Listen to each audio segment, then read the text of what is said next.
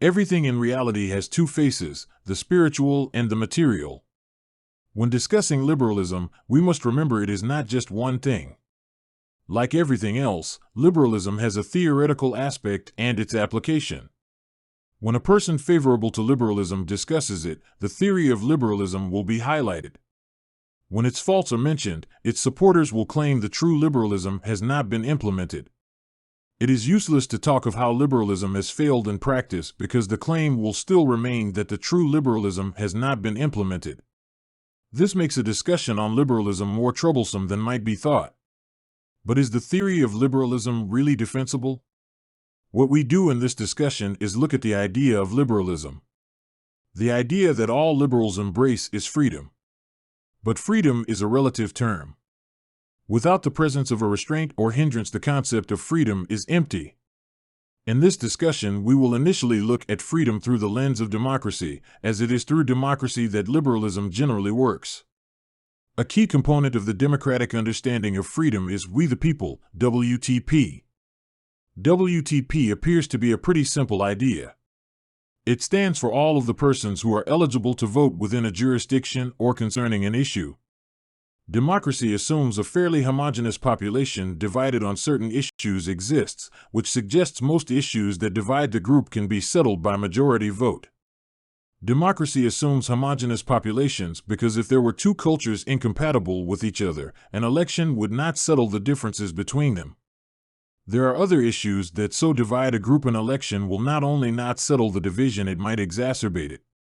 Questions regarding which group has the right to a piece of land or other natural resource cannot be determined by who has more people on their side. Taking land from one group and giving it to another is not likely to result in a reconciliation, even if the benefited group has a large majority. Because there are so few issues that can be successfully resolved by a show of hands, democracies are riven with seemingly incompatible divisions. Economic, religious, and political differences all appear intractable. Yet, representative governments are expected to placate all of the competing groups and bring the issues dividing them to some kind of resolution. Even if both groups can agree to let the other pursue their objectives in relative peace. At best, governments provide an uneasy peace, and whatever resolution there is grounded in an assumption one side did not win much and the other side did not lose by too much. In short, the hope is that the cost of revolt will be greater than the losses experienced in a negotiated settlement. It might be hoped that the democratic process will keep tension to a manageable level. But recent history suggests this is not the case. Liberalism promises freedom to those who embrace it. It either delivers or it faces a revolt. But freedom is not an absolute concept, and so is not a tenable first-order principle, though liberals have chosen to embrace it as if it were. Everyone cannot be free, and to a large degree individual freedoms collide. If someone has unbounded freedom, they are exercising the divine right of kings. Only one person at a time can cut off heads and redistribute land at will. But even if an emperor does have great power, he cannot exercise it without some restraint. If he killed and expropriated without any concern for the repercussions, he would alienate those closest to him, and ultimately he would have no inner group supporting him. No one person has sufficient power he can afford not to cater somewhat to the needs and ambitions of his closest supporters. Tyranny is the ultimate expression of freedom. This is why there is such a focus on equality in modern times. But equality is no more possible in an absolute sense than freedom. Its primary function is to combat the centralization of power. Democracy is a way to take the ideas of equality and freedom and compress them into the one institution. But in some ways, democracy only takes the weaknesses of liberalism and accentuates them. The very act of voting or participating in an election removes freedom from the individual. The same can be said for equality. An election is the surest way to reduce one's freedoms and lower one's level of equality. Voting concentrates power in the office of the elected person. But as an election reflects the will of the people, this voluntary subservience is considered a good thing. But the key to understanding liberalism is not found by studying what it claims it is. Better success will be had by looking at what liberalism must be, if it is to exist. The key to understanding liberalism is to recognize first of all that it is a theocracy, not as we normally understand theocracy. But our modern understanding of the terms has been overly influenced by our familiarity with what is better understood as Western theocracy. Western theocracy is man under divine authority, devoid of rights, but compelled to justify himself through works of faith, which by their nature build the church. The only right Western theocrats have is the right attached to their duty, which is to build the church. We own what we create. We own nothing created by others. We have a right to the value we add to the things of God, because it is this added value that builds the church. Eastern theocracies are much different than the Western. The Eastern view of God is much different than the Western view. God in the Eastern tradition is a lawgiver. He might be characterized as an ethical God. God in the Western tradition is an ideal.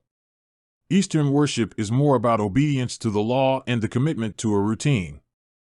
Compliance in an Eastern theocracy is easier to gauge. What might be considered worship is manifested in physical activities such as the performance of duties, which manifest an observable pattern.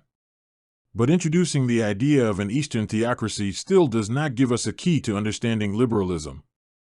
There is a reason for their adoption of what we refer to as an Eastern theocratic model of administration. Their view of reality is endocrinal, or emotional and feminine. Liberals are reactive and respond to stimuli in an emotional way.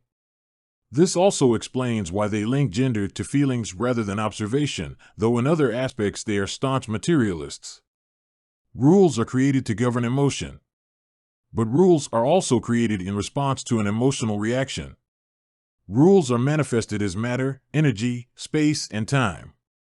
The difference is that in one case the rules are visible and narrated, and in the other case they create the phenomena of things. But things are predictable because they are the concretion of rules. There is less mystery about how people like Trump can go from being an idol of the lefts to epitomizing evil in their minds.